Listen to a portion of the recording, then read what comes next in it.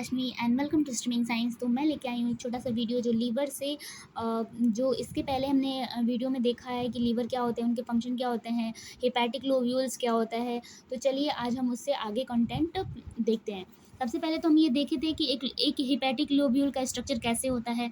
यहाँ इसके कोने में 3 डक्ट प्रेजेंट होती हैं जिसे हम पोर्टल ट्रैक्ट कहते हैं। पोर्टल ट्रैक्ट्स कौन कौन से होते हैं? Hepatic artery, hepatic portals, veins and bile duct. ठीक है, हेपेटिक आर्टरी सभी हम जानते हैं कि आर्टरीज में क्या होता है, ऑक्सीजनेटेड ब्लड सप्लाई होता है हार्ट से पूरे बॉडी पार्ट को। ठीक है, जो डोनेट्स करता है ऑक्सीजनेटेड ब्लड हिपैटोसाइट्स को, और वो हिपैटोसाइट में क्या करता है, ऑक्सीजनेटेड ब्लड को सप्लाई कर देता है। ठीक है, और उसके बाद हिपैटिक पोर्टल वेन्स, हम सभी जानते हैं कि वेन्स में क्या होता है, डीऑक्सीजनेटेड ब्लड फ्लो होता है। तो जो डोनेट होता है, जो हिपैटिक पोर्टल वेन्स होता है, ये इंस्टेटाइन्स के जितने भी एब्जॉर्बेशन, जितने भी हम चीज़ें खाए होते हैं, न्यूट्रिएंट्स होते हैं, वो एब्जॉर्ब किए जाते हैं विलाइस के द्वारा।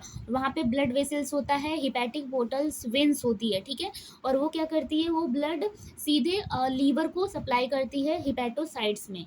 जो donate extra glucose, fatty acid, amino acid को क्या करती है, उसमें सप्लाई कर देती है। जितना हमें नीड होता है हमारी बॉडी को, उतना हमारे सेल्स को पहुंच जाता है, और बाकी जो एक्स्ट्रा बचा होता है उसको क्या करता है, वो portal veins, hepatic portal veins क्या करता है, वो ले जाके लीवर में स्टोर कर देता है।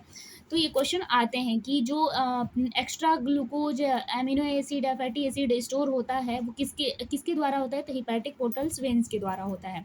ठीक है, जो बाइल डक्ट होता है वो क्या करता है, बाइल डक्ट में collect bile from hepatocytes. Hepatocyte से जो भी ब्लड बाइल्स जूस बनते हैं, वो क्या उसके थ्रू क्या होते हैं, गैल ब्लैडर में स्टोर हो जाते हैं। और बाइल जूस कोई ये एक्सक्रेटरी प्रोडक्ट ऑफ लीवर, ये लीवर का एक एक्सक्रेटरी प्रोडक्ट होता है। ठीक है, जो हिपैटोसाइट्स होता है एक्स्ट्रा, मतलब हिपैटिक पोर्टल वेन्स में, उसमें 2 चीज़ें स्टोर होती है। एक तो ग्लूकोज या fatty acid are stored in liver, मतलब जो भी ग्लूकोज एक्स्ट्रा होता है, फैटी एसिड होता है, वो क्या होता है, स्टोर होता है लीवर में। लेकिन एमिनो एसिड रिस्टोर नहीं होता है, does not restore in liver, ये लीवर में स्टोर नहीं होता है। ये क्या करता है, डीएमिनेशन करता है यूरिया साइकिल्स बनाने में। ठीक है, अब इस स्ट्रक्चर से क्वेश्चन आते हैं। ठीक है, कि junction between liver, pancreas and intestine. Intestine, pancreas और लीवर के कुछ जंक्शन होते हैं। जंक्शन बेसिकली हम उसको कह सकते हैं कि वो जैसे हम एक रोड बना होता है, ठीक है, जैसे ये 1 वे रोड है और जाके आगे में डिवाइड हो जाता है, तो ये इसका जंक्शन हो जाता है, इसको हम जंक्शन बोलते हैं। ठीक है, तो जो लीवर है, इसका स्मॉलेस्ट पार्ट लेफ्ट हिपैटिक होता है liver, and right hepatic livers. ठीक है, अब यहाँ से एक 2 डक्ट निकली होती है जिसे हम लेफ्ट हिपैटिक बाइल डक्ट कहते हैं, और ये राइट हिपैटिक बाइल डक्ट कहते हैं, और ये आगे मिल जाती हैं, तो इन्हें कॉमन हिपैटिक डक्ट कहते हैं। इन्हें क्या कहते हैं, हम कॉमन हिपैटिक डक्ट कहते हैं। और यहाँ से गैल ब्लैडर भी निकला होता है, गैल ब्लैडर से स्टोरेज होते हैं बाइल, और यहाँ से एक डक्ट निकली होती है जिसे सिस्टिक डक्ट कहा जाता है। तो क्वेश्चन में इंपॉर्टेंट, बहुत क्वेश्चन में आता है कि जो बाइल डक्ट गैल ब्लैडर से डक्ट निकल के कॉमन हिपैटिक डक्ट में मिलती है, फ्यूज होती है, उसे हम क्या कहते हैं, तो उसे हम सिस्टिक डक्ट कहते हैं। ठीक है, और जब ये यहाँ मिल जाती है तो इसे हम फ्यूज डक्ट या कॉमन बाइल डक्ट कहते हैं। तो एक एक टर्मिनोलॉजी को बहुत अच्छे से क्लियर रखना है, क्योंकि कहीं से भी क्वेश्चन पूछा जा सकता है। और ये नेम्स तो बहुत इंपॉर्टेंट है, यहाँ बहुत पूछा जाता है कि गैल ब्लैडर से निकल के और कॉमन हिपैटिक डक्ट को जो मिलता है उसका क्या नाम है, तो उसका सिस्टिक डक्ट नाम, उस डक्ट का क्या नाम है, तो उस डक्ट का नाम सिस्टिक डक्ट है। ठीक है, और ये क्या होता है, फ्यूज्ड होता है, तो इसे हम कॉमन बाइल डक्ट या फ्यूज डक्ट कहते हैं। और ये लेफ्ट हिपैटिक लोब्यूल है, डक्ट है, और ये राइट हिपैटिक डक्ट है। ठीक है, अब इनके फंक्शंस क्या होते हैं, इनके फंक्शंस हर चीज़ के तो कोई कार्य होते हैं। तो लीवर के क्या फंक्शन होते हैं, सिक्रीशन ऑफ बाइल जूस, ये बाइल जूस को सिक्रीट करते हैं। बाइल जूस एक एक्सक्रेटरी प्रोडक्ट है लीवर का। ठीक है, there is no enzymes of bile juice, पूछा जाता है, वेरी वेरी इंपॉर्टेंट, ये पूछा जाता है कि बाइल जूस में जो बनती है उसमें कोई एंजाइम्स होते हैं, उसमें कोई डाइजेशन होता है, तो नहीं, बाइल जूस में कोई एंजाइम्स नहीं प्रेजेंट होता है, और ये क्वेश्चन कई बार आ चुका है।